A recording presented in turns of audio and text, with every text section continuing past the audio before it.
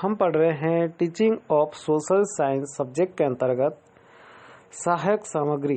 सहायक सामग्री का क्या महत्व होता है दोस्तों, और उद्देश्य क्या है, उसके गुण व दोष क्या है, सामाजिक अध्ययन शिक्षण में प्रयुक्त होने वाली जो सामग्रियां हैं और उपकरण हैं उनके बारे में आज हम डिस्कस करने वाले हैं। नमस्कार, जय हिंद। मैं हूं सचिन मंसारे और बात करें कि सहायक सामग्री से क्या तात्पर्य है।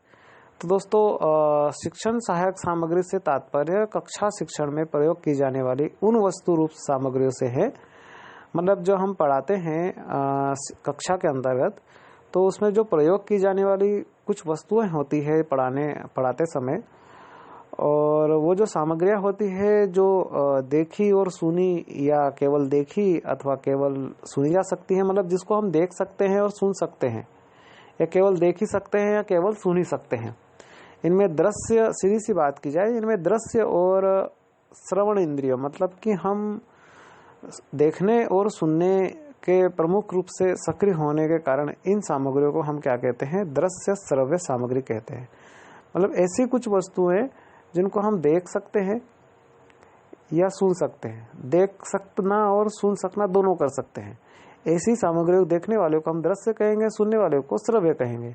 तो देखने सुनने वाले की जो सामग्री होती है उसे हम दृश्य और श्रव्य सामग्री कहते हैं। अब सामाजिक अध्ययन शिक्षण में प्रयुक्त होने वाली जो सामग्री है, उसके उपकरण है, उसके बारे में हम बात करते हैं।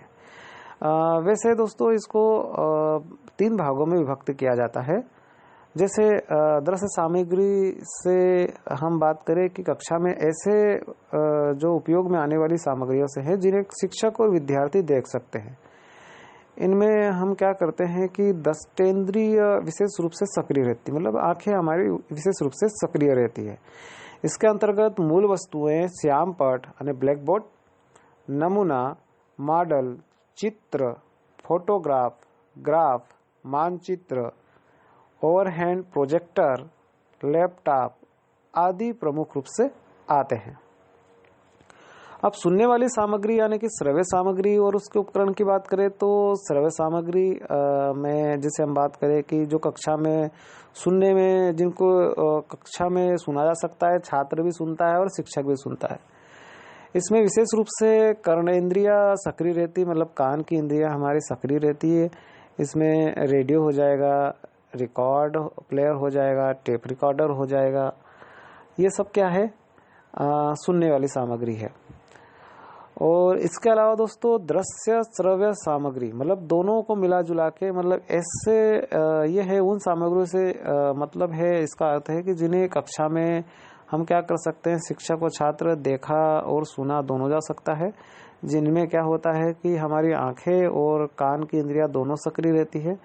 इनमें चलचित्र यानी video, television, video film, closed circuit television, computer ये आते हैं, लैपटॉप भी आता है इसी के अंतर्गत, तो जिसको सुनना भी और देखना भी हो सकता है। सहायक सामग्रियों के संबंध में यह ध्यान हमें रखना आवश्यक है कि इनमें प्रमुख रूप से दृष्टेंद्रिया और कर्णेंद्रिया क्या होती है, सक्रिय रहती है। मतलब आंखें हमारी सक्रिय रहती है और कान सक्रिय रहते हैं, और अन्य इंद्रिय, ज्ञानेंद्रिया भी किसी न किसी सीमा तक क्या रहती है, सक्रिय रहती है। सहायक सामग्रियों का महत्व की बात करें तो सहायक सामग्रियां हमारे ज्ञानेंद्रियों का प्रभावित करती है। ज्ञानेंद्रियों का सीखने में बड़ा महत्व है। जैसे 5 हमारी इंद्रियां हैं, इसमें भी देखने और सुनने में संबंधित ज्ञानेंद्रियों का विशेष स्थान है। वेबर एक प्रसिद्ध विद्वान है, उन्होंने अनुमान लगाया है कि 40% ज्ञान हमें देखने से होता है, 40% किसी, जैसे हम कोई फिल्म देखने जाते हैं तो अभी कोई पढ़े होंगे तो पढ़ने से उतना हमें पुरानी चीज़ यदि पूछा जाए कि 10वीं या 12वीं में आपने क्या पढ़ा था उसके बारे में बताइए, तो वो नहीं बता पाएंगे। लेकिन यदि फिल्म देख कर आए हैं तो वो आसानी से उस डायलॉग को बता देंगे। तो 40% ज्ञान दोस्तों हमको देखने से होता है, 25% ज्ञान हमें सुनने से होता है, 17% ज्ञान हाथ से छूने से होता है, 2% ज्ञान हमको नाक से सूंघने से होता है, और 15% ज्ञान अन्य साधनों से हमें प्राप्त होता है। इसलिए जब इन सामग्रियों उपकरणों की सहायता से जो ज्ञान तथ्य कक्षा में उपस्थित किए जाते हैं तो विद्यार्थियों को इन्हें सीखने और समझने में सरलता होती है। ये उपकरण अपने लक्ष्य की प्राप्ति की दृष्टि से पाठ्य पुस्तक अथवा मौखिक भाषा के प्रयोग पर सदैव आश्रित नहीं होती है। उन्हें देखकर सुनकर ही समझा जा सकता है और ये अधिगम प्रक्रिया को गति देने में क्या करता है, विशिष्ट भूमिका निभाते हैं। सामान्यतः कक्षा में प्रयुक्त इन सामग्री जो सहायक सामग्रियां हैं उनका महत्व स्पष्ट रूप से हम बात कर सकते हैं कि क्या क्या हो सकता है। जैसे ये सामग्रियां विद्यार्थियों के ज्ञानेंद्रियों को सजग और क्रियाशील कर देती है। ये सामग्रियां विद्यार्थियों के प्रत्यक्षीकरण में सहायक होती है। इनके द्वारा बोध का विकास होता है और अधिगम के स्थानांतरण में भी ये सहायक होती है। ये पुनर्बलन या प्रतिपुष्टि प्रदान करती है। ये उपकरण सीखी गई सामग्री के धारण में सहायक होते हैं। इनके प्रयोग से शिक्षण जो शिक्षक है शिक्षण रोचक एवं जीवंत हो जाता है, साथ ही विद्यार्थी पाठ में रुचि लेते हैं। इस प्रकार इन सामग्रियों की सहायता से सीखने की क्रिया सरलता से संपन्न हो जाती है और सभी सामग्रियां एक समान उपयोगिता एवं महत्व की नहीं होती। शिक्षक को विषय वस्तु की प्रकृति और उद्देश्य के अनुसार इसका चयन करना चाहिए। सहायक सामग्रियों के उद्देश्य क्या क्या है, तो दोस्तों किसी भी विषय के प्रशिक्षण में सहायक सामग्रियों के प्रयोग के उद्देश्य हो सकते हैं, जैसे कि विद्यार्थियों की एक से अधिक ज्ञानेंद्रियों को सक्रिय करते हुए शिक्षण कार्य कराना, विद्यार्थियों के सीखने के प्राप्त उद्देश्यों को पूरा करने में सहायता करना, कक्षा के वातावरण को सरस, रोचक और जीवंत बनाना, पाठ्य सामग्री विद्यार्थियों के स्पष्ट और बोधगम्य हो ऐसा प्रयास करना, अध्ययन का विषय विद्यार्थियों को रुचिकर प्रतीत हो ऐसा शिक्षक को प्रयास करना चाहिए। इसके अलावा विद्यार्थियों का ज्ञानार्जन स्थायी हो और वे उसका अनुप्रयोग कर सके कहीं भी। शिक्षक और विद्यार्थियों के मध्य प्रेम और सद्भाव के संबंध बन सके। सहायक सामग्रियों के कुछ गुण हैं, उनके बारे में हम बात कर लेते हैं कि इन सामग्रियों को पाठ्य वस्तु की आवश्यकता एवं शिक्षण के प्राप्त उद्देश्यों के अनुकूल होना चाहिए। इसे रुचिकर, आकर्षक एवं सुंदर होना चाहिए तथा प्रयोजन भौगोलिक दृष्टि से मान्य रंगों का प्रयोग किया गया हो, किंतु अनावश्यक रूप से बहुत रंग बिरंगी रखना उचित नहीं होता है। जैसे कोई बना रहे हैं, चार्ट बना रहे हैं तो उसको रंग बिरंगा कर देना चाहिए, तो जिससे बच्चे आसानी से समझ सके।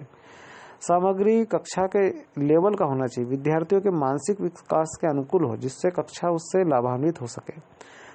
फोर्थ पॉइंट है, सामग्री का आकार इतना बड़ा होना चाहिए कि कक्षा के सभी विद्यार्थी उसे भली प्रकार से देख सके। यदि उस पर कुछ लिखा हो तो वह भी इतना बड़ा हो कि कक्षा का अंतिम विद्यार्थी उसे अपने स्थान से क्या कर सके, पढ़ सके। सामग्री ऐसी न हो कि कक्षा में विद्यार्थी उसे देखकर अनावश्यक रूप से हंसी और मजाक बनाए। सामग्री एवं उपकरण बहुत महंगे न हो और यथासंभव शिक्षक अपनी विशेष आवश्यकताओं के अनुसार यदि सामग्री व उपकरण स्वयं तैयार कर ले तो अच्छा रहता है। सामग्री एवं उपकरण के तथ्यों के साथ यदि क्रिया का भी आभास हो तो अधिक उपयुक्त रहता है। सामग्री और उपकरण में तथ्यों बिंदुओं का वर्णन यथार्थ रूप से होना चाहिए। अनावश्यक कल्पना का समावेश उचित नहीं कहा जा सकता। नेक्स्ट हम बात करेंगे दृश्य सामग्री की, तो वो नेक्स्ट क्लास में रहेगी, नेक्स्ट चैप्टर में रहेगी। तब तक के लिए मुझे दीजिए इजाज़त। थैंक यू, धन्यवाद।